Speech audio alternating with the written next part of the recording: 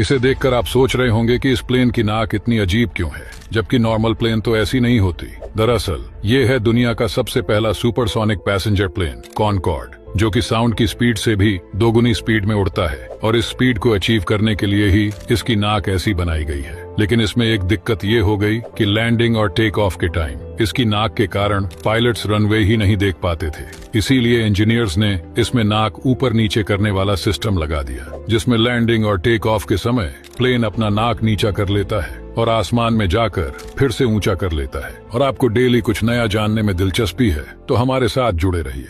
यह है दुनिया की सबसे आलसी पक्षी, जो कि कभी अपना घर नहीं बनाना चाहती, यहाँ तक कि दूसरे पक्षियों से चोंच लड़ाने के बाद जब अंडे देने का वक्त आता है तब भी अपना घोंसला नहीं बनाती। जी हाँ, आपने सही सोचा, यह है कोयल, क्योंकि कोयल ही वो बर्ड है जो ना तो कभी अपना घोंसला बनाती है और ना ही कभी अपने बच्चों को पालती है। बस अंडे देने के समय एक अच्छा सा घोंसला ढूंढती है जिनमें नए नए अंडे पहले से मौजूद हो। फिर उन अंडों के बीच फटाक से ये अपने अंडे देकर भाग जाती है और इनके द्वारा दिए गए अंडे बहुत ही जल्द, यही करीब 10 से 12 दिन में ही फूट जाते हैं। और कोयल के ये बच्चे अपनी माँ से भी एक कदम आगे रहते हैं, क्योंकि ये उस घोंसले में पहले से मौजूद अंडों को गिरा देते हैं। यहाँ तक कि खुद में भी लड़ाइयाँ करते रहते हैं एक दूसरे को गिराने के लिए, ताकि सारा खाना और घोंसला अकेले इनका हो सके। और आपको डेली कुछ नया जानने में मजा आता है तो हमारे साथ जुड़े रहिए।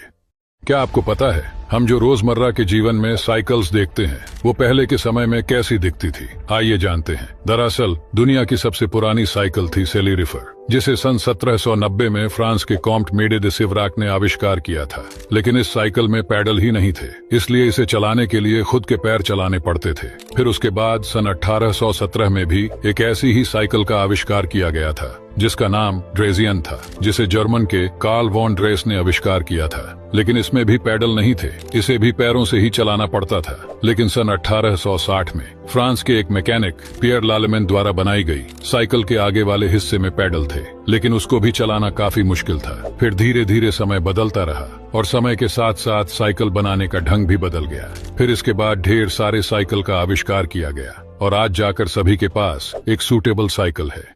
इस रेड दिखने वाली चीज को ओशन फ्रूट्स कहा जाता है, लेकिन ये फ्रूट्स नहीं बल्कि जिंदा जीव है और इनका नाम है क्रिल्स। नॉर्मली ये क्रिल्स 1 सेंटीमीटर से भी ज्यादा छोटे होते हैं, लेकिन अंटार्कटिका के पानी में पाए जाने वाले क्रिल्स 6 सेंटीमीटर तक लंबे हो जाते हैं। और इंसान हर साल 2 लाख टन से भी ज्यादा क्रिल्स को समंदर से निकाल कर खा जाते हैं। साथ में इंसानों के साथ ये क्रिल्स ब्लू व्हेल्स का भी पेट भरती है। समुद्र में ये क्रिल्स बहुत ज्यादा मात्रा में पाए जाते हैं, इसलिए 30 मीटर लंबी और 200 टन वजनी ब्लू व्हेल इन छोटे से जीवों को खाकर जिंदा रह लेती है। पहले के समय लोगों को लगता था कि ये ब्लू व्हेल्स बहुत ज्यादा क्रिल्स को खा जाते हैं, जिसके वजह से समुद्र में क्रिल्स की संख्या कम होती जा रही है। लेकिन असलियत में इसका पूरा उल्टा हुआ। जैसे ही समुद्र में ब्लू व्हेल्स की संख्या कम होने लगी तो ये क्रिल्स भी अपने आप कम होने लगे।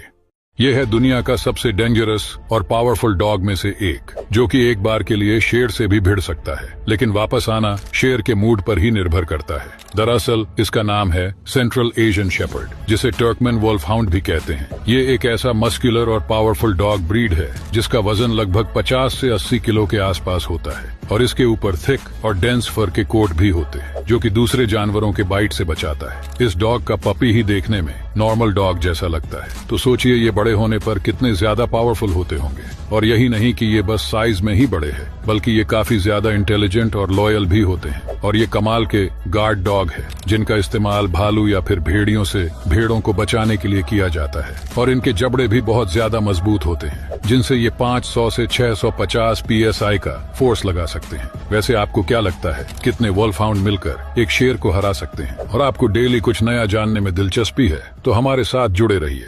आखिर फाइटर जेट्स की नाक इतनी लंबी क्यों होती है, जिसमें एक छेद भी होता है? क्या फाइटर जेट्स इस लंबी नाक से भी अटैक करता है? तो ऐसा नहीं है। दरअसल इसे पीटर ट्यूब कहते हैं, जो फाइटर जेट्स की स्पीड मेजर करता है। और जब हवा इस पीटर ट्यूब के अंदर घुसती है तो ये उसके प्रेशर को कैलकुलेट करके जेट की स्पीड का पता लगाती है। इस पेड़ की छाल हमें सदियों से खिलाई जा रही है, लेकिन हमें पता ही नहीं है कि ये है क्या। और अब तो हम इसे खाना छोड़ भी नहीं सकते, क्योंकि अब ये हमारी जरूरत बन चुकी है। दरअसल इस पेड़ का नाम है सिनेमन वेरम। ये पेड़ ज्यादातर श्रीलंका में पाए जाते हैं और ये 3 से 4 साल में ही खाने लायक बन जाते हैं। लेकिन क्या आपको पता है कि ये लोग हमें इस पेड़ की छाल खिलाने के लिए सबसे पहले इसकी ऊपरी कठोर छाल को छीलते हैं और फिर वो इसके अंदर की मुलायम छाल को बहुत ही सावधानी से काट कर निकाल भी लेते हैं। उसके बाद इस छाल को सुखाया जाता है, जो लगभग 1 हफ्ते में सूखने के बाद हमारे खाने लायक बन जाते हैं, जिसे कि हम दालचीनी के नाम से जानते हैं।